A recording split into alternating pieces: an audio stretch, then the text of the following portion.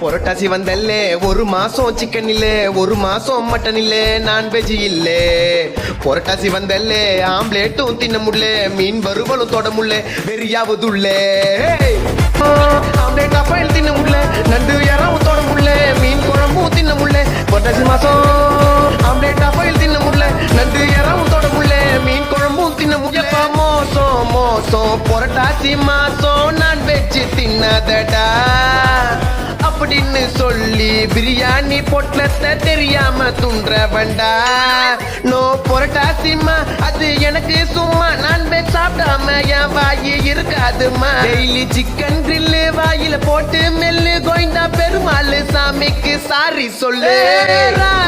ராமையா கிச்சன்ல நான்வெஜ்னு பார்த்தா கார குழம்பு தான். இது புரட்டாசிமா, இந்த மாசம் ஃபுல்லா எனக்கு சாம்பாரு தான்.